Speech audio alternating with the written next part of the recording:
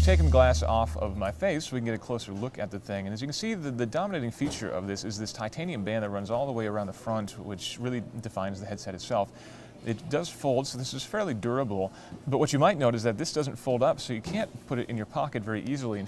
Now, obviously, the most important part of Google Glass is the display itself, which is situated off into the right side, and then it projects into this glass piece here and refracts into your eye. The focal length is actually quite a ways out in front of glass, which does give you a little bit of eye relief, but it's worth noting that you cannot adjust that focal length. So if you have eyesight challenges, you're going to want to try these on before you buy, just to make sure that you can actually see them. We've had some people who put these on and they can't see a thing. Physical controls, not too much. There's a power button here which more or less rests up against your temple. And we found that if you're wearing some over-ear headphones, you can actually inadvertently turn these off even while they're just sitting on your head. The other thing is a camera button up here on top. Hit this to take a picture or hold it down to capture a video, or of course you can just say, okay, glass, take a picture. In the back here, this is where the non-removable battery is, which is charged through this micro USB port on the bottom. There's no expandable storage, it's 16 gigs built in, and that's it, everything syncs wirelessly through here, or you can pull things off by mounting this as a file system. And this is the bone conductive speaker. This is how you actually hear through glass. There's no earbuds, no actual physical speaker. This makes your skull vibrate, and that's how you hear. In theory, you're the only one who can hear it. It can be a little bit hard to hear in a crowd, but if you plug your ear... Google Glass is an Android-based headset that connects to your smartphone with Bluetooth, so it has access to internet, GPS services, and other features. It's got a 5-megapixel camera, microphone, can play back audio, and essentially you can keep your phone in your pocket, see everything through glass, and perform a ton of smartphone-like functionality. If I could explain Google Glass with one phrase, it would be picture-in-picture for life. This is like viewing a full-blown monitor or television. See. Okay, Glass. Google Baltimore Orioles. The Orioles beat the Angels 8-4. Okay, Glass. Take a picture. Okay, Glass. Record a video. Okay, Glass, get directions to Oriole Park at Camden Yards. It found it, though. Hit enter. Ooh, it's got one. Okay, Glass, hang out with Christopher Chavez.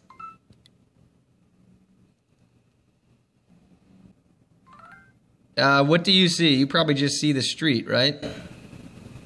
Yeah, it's just literally looking out. Okay, Glass, Google...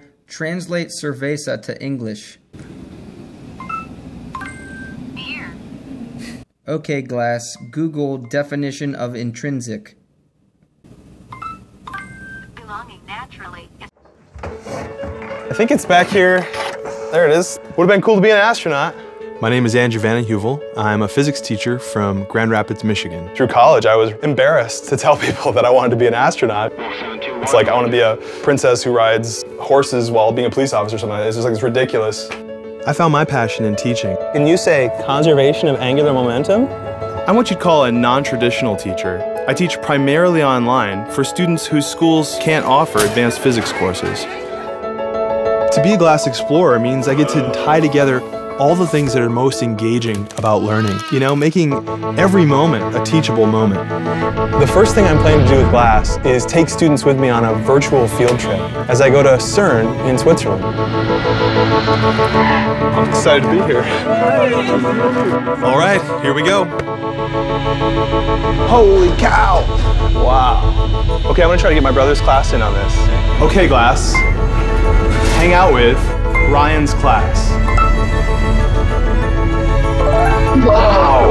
Hello, everybody. Hi, Drew. Welcome to CERN. We made it. We're here. This is the CMS. That's incredible. This is one of the most complex machines ever made. Wow.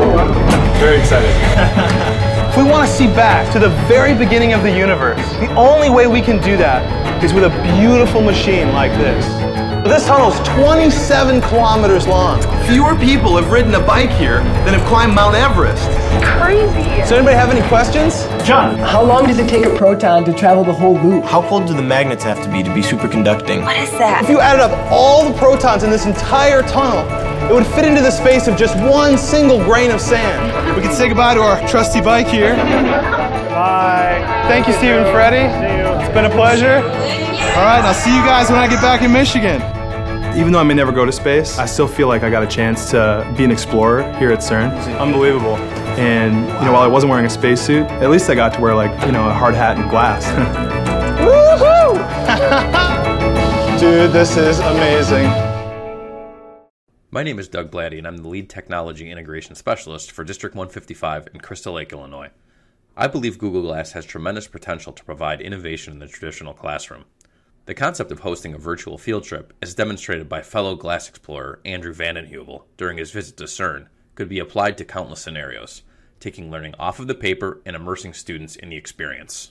My concept for the use of glass in the classroom is to use Hangouts on Air, recorded through glass, to provide not only distance learning to students who cannot be in the physical classroom during class, but also as a means of archiving the class experience so that students can review concepts that were discussed on their own time. Both of these features add tremendous value, but have traditionally come at very high overhead. With Glass, the teacher could simply start a Hangout on Air, invite students who are not in the physical classroom, and begin teaching. When class is over, the Hangout ends, and the video can be published to the teacher's website or posted in the class's Google Plus community. So I entered the If I Had Glass contest, and they selected my tweet as one of the winners. So we use Glass a lot for documentation. So a couple of classes are doing exchange projects with other classes overseas in Singapore and Brazil, and some classes in the US to share things that they're learning in the classroom. So we had students show, you know, their advent calendar, sledding, doing weather reports, kind of showing what's happening in our classrooms here and being able to send that to them. And then as an educator, I use it to document the learning in our classroom. It's just really a great tool for documenting, especially with the youngest students, to be able to see, one, from their perspective, what it looks like to do different activities in the classroom and see kind of room design from their perspective.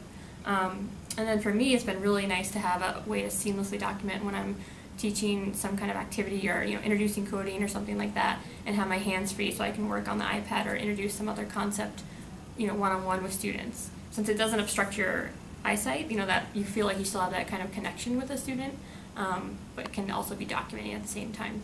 So this is Glass 2, so the only real difference is that it has the earbud that you can attach, and then it also has the wink feature, so you can take pictures now with a wink, which is, it picks it up from here.